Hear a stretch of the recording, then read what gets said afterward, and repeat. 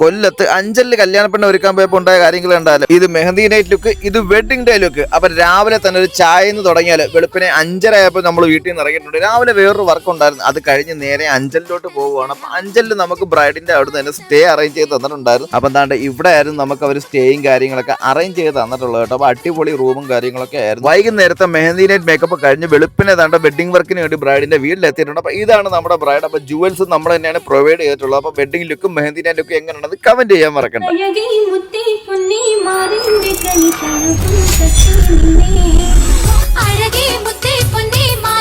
കൈ തഴുകും തത്തേ നിന്നെ